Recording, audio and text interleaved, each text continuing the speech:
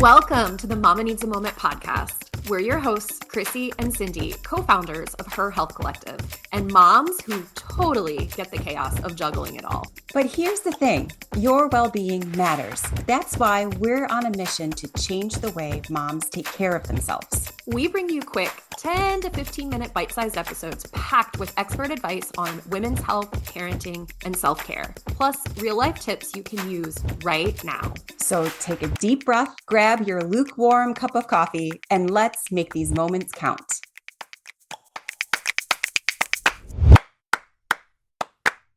Today, we are thrilled and so honored to welcome a longtime friend and supporter of Her Health Collective, the incredible Nicole Wallace. Nicole is the owner of Transformation Counseling and Consulting, PLCC, and a therapist with a true passion for helping women manage and overcome anxiety and depression. Her path to this work has been inspiring. She started out with degrees in elementary education and psychology. She then earned her master's in school counseling. She has spent years working in schools, agencies, and now in her very own private practice, which she launched in 2021. And Chrissy and I were privileged to see the whole thing unfold.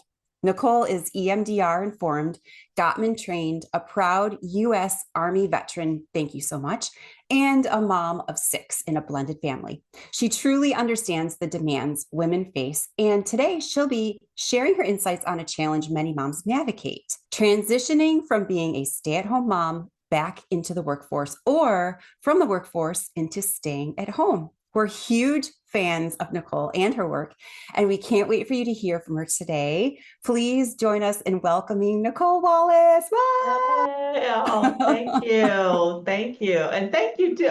When you were reflecting, Cindy, on the journey that we've been on kind of together, I was like, oh, this is so great. In fact, it was just so nice to know, you all have been rocking with me since I started my own practice, and I was just like, I'm just going to see everybody, kids, everybody. Right. And since then, at Transformation Counseling and Consulting, we have really niched down, and it's been so wonderful. 80% of our clients are women between the ages of 22 and 55, and we do still service children and teens and things, but we are just so excited to give back to women and women who are just doing so much, or people who identify as women, because we feel like that's such a group that's so nurturing to others. And when they come to therapy, we are excited to be able to help. And I feel like you all do the same thing in many respects of giving to that group and making sure they're taken care of. So happy thanks, to be Nicole. It's great. And as you were just talking, I was thinking about our first time together, and I think we had sat down and had you do something for us about kiddos going back into school after the pandemic and the stress that they were going to incur from that. And it's a great segue into what we're talking about, because the pandemic was a huge time where we saw a lot of transitioning from working moms to stay-at-home moms, and then stay-at-home moms to working moms. I think statistics showed that during the pandemic, stay-at-home moms went up 58%. And that's huge, right? And I know there were some dads that did it as well. I think over 77% of dads will stay home, but it's still largely women that we're the ones doing that stay-at-home work. So it is interesting space to be in. I've done it twice. My kids are 10 years apart. The first set, I stayed home after a traumatic birth with my first daughter. When I had the first child, I was like, well, I'm gonna take a break, maybe a couple of months, and then I'm going headed right back to work and just never miss a beat. And I found out, and I was in my 30s, so I didn't know I was a geriatric pregnancy. Oh, I was like, I'm still young. Is that what they're calling it now? That's they what call they it call geriatric? it. Yeah, when you're in your Awful. 30s, you are in a geriatric pregnancy. And so, I had preeclampsia. We went through some things, both of us winding, she's in the NICU, I'm in the ICU, and it changed my perspective on parenthood and what it was going to look like for me. And I chose to stay home at that time. And then we adopted a child, and then we had another child. So that stretch, I was home 5 years.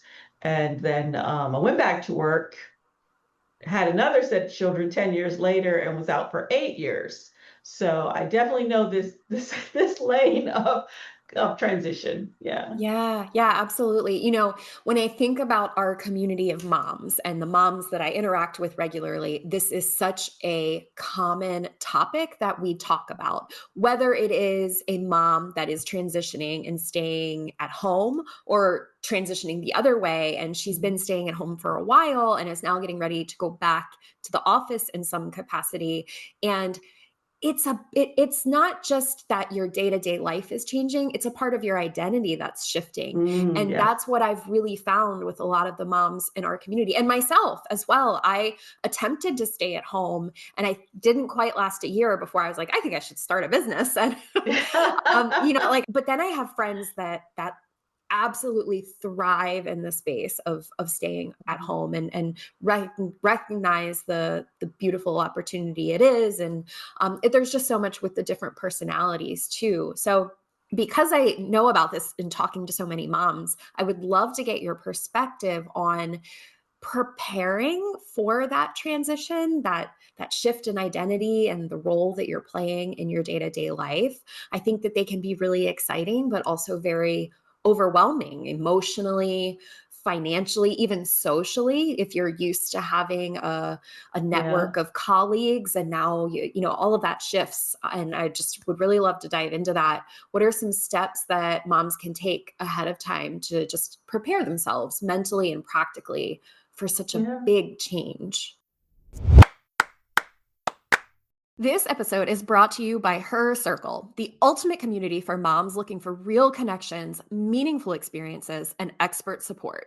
From mom's night out and family adventures to book club, volunteer opportunities, and expert workshops, Her Circle is where moms come together to learn, laugh, and lift each other up. Spots are limited, so join the waitlist at herhealthcollective.com/membership and be the first to know when doors open. No, I definitely think if you can prepare, as in my case, is that I went from thinking I was headed back to my identity as a career person to having a huge shift. But if you can, I think it's really wonderful to talk to other people who are either in whatever transition you're in, whether you're headed into being a stay-at-home mom or headed into trying to return to a career, whether it be a new career or a career you had before, trying to keep some of those social aspects in place and learn about what that's like, what's that space like. Also trying to develop your support system in other ways, whether it be planning what is the social life going to look like or what do finances look like. I know that's a huge part of this for many people as well. For us, when we got to the third child in the first set after we had our starting building our family, it really didn't make any sense for me to even go back to work. I was working as a teacher at the time, and to pay for two children to be in childcare all day, to pay for my 7-year-old to be at after school and before school, because I had to be as a teacher, I had to be in the building and ready to go before the kids Yeah. arrived. So those That's a whole finances, sad yeah. another conversation, like Yeah, the financial stress of childcare, it. how much teachers make. We could really go down a rabbit hole with that. Yeah.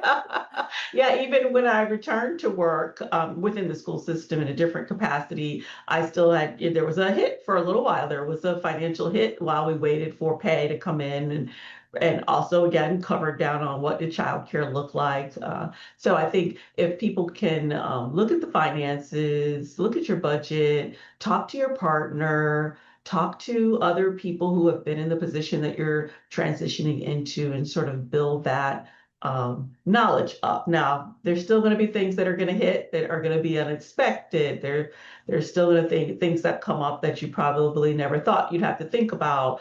But if as much information as you can get in the forefront is really great. Yeah, that's so true. The financial piece, it was a hard hitter for us when I decided to stay home with the kiddos. We had talked about it, and you're absolutely right. The finances, it didn't make sense for me to work when a majority of my money would go towards just keeping the kids in childcare and whatnot. So yeah, there's definitely a lot of discussions that have to happen with your partner in order to make this happen. But what I'd love to ask you now is how we set up these systems for change in our household, because there's so much of adjusting schedules, there's dividing of responsibilities, which is huge. I think my husband and I are still trying to figure all of that out with what we do.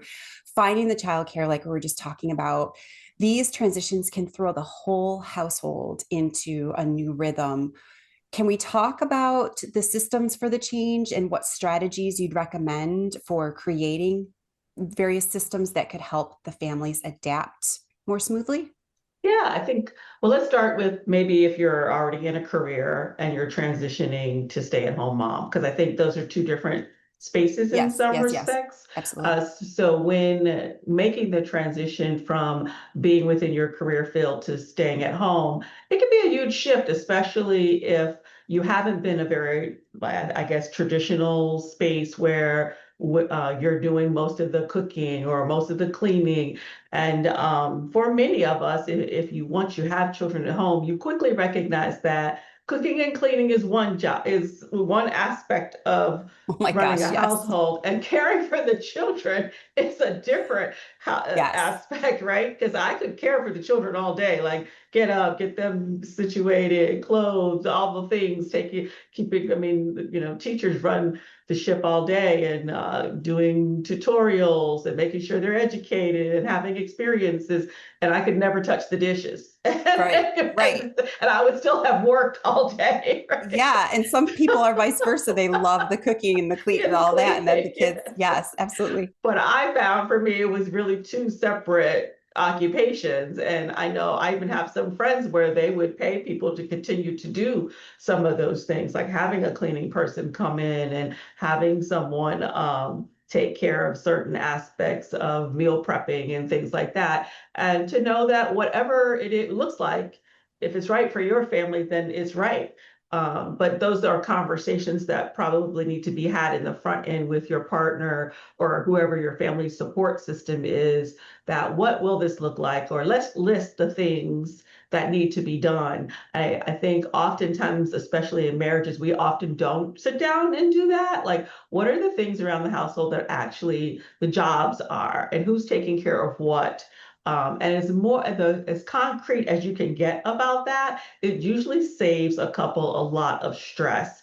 And even if you're not in a marriage situation, maybe you're living with someone, or maybe you're single and your family is your support, even then, listing out what is it that needs to be done and who's going to do it. And then if there needs to be some give and take on that, let's start those conversations now. Even children, when I went back to work, when I went out of work the second time, there were conversations with my older children about, now that we have a baby in the house, what needs they were going to have to fill or how they could help with things. Because at that point, they could fix a quick sandwich or help with laundry, take on their own laundry duties and things like that. So some of those transitions had to happen where it was like, oh, I'm giving, now you're getting this part of the job is coming to you as well, and building those family systems. So I think those conversations are huge.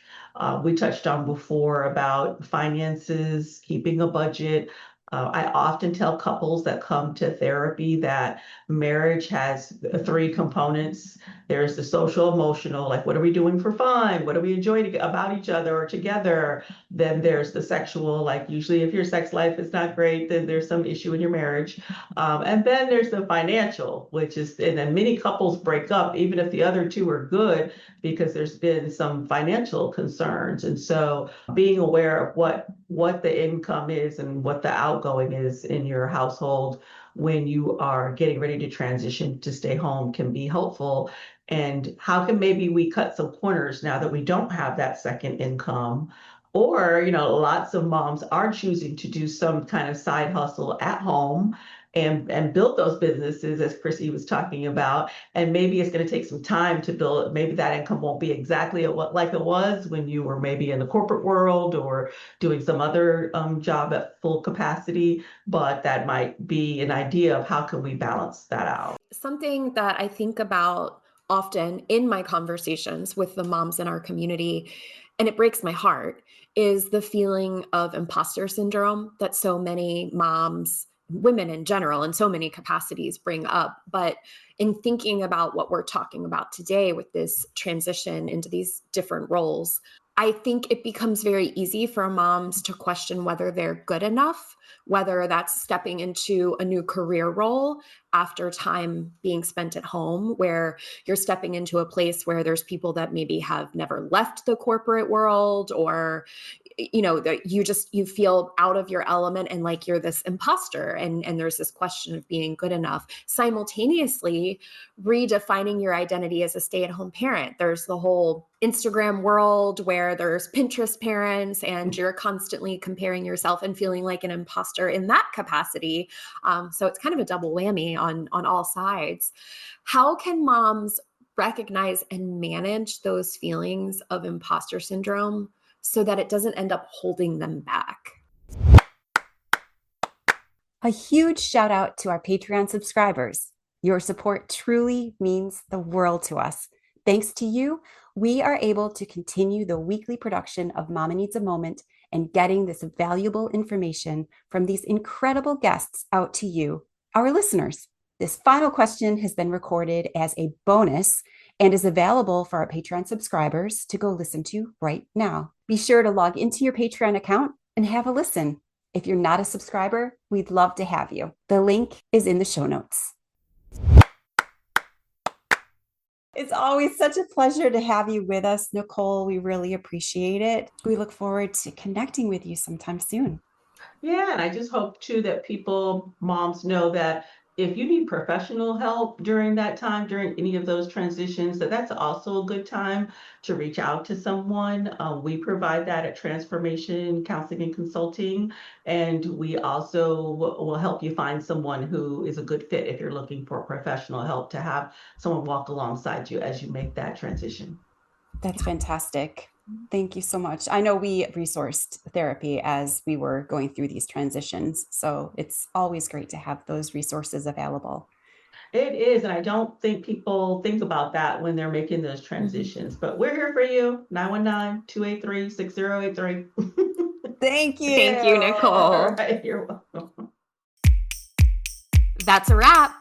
You carved out a few moments just for yourself, and that's a big deal. We understand that time is limited, but we've got your back, which is why we keep these episodes short, sweet, and packed with goodness. Don't miss a thing. Hit the follow button so you're always the first to know when a new episode drops. If you had as much fun as we did, let us know by leaving a review. And remember to let other moms know that we're here doing motherhood alongside you. Grateful to share a few moments taking care of you.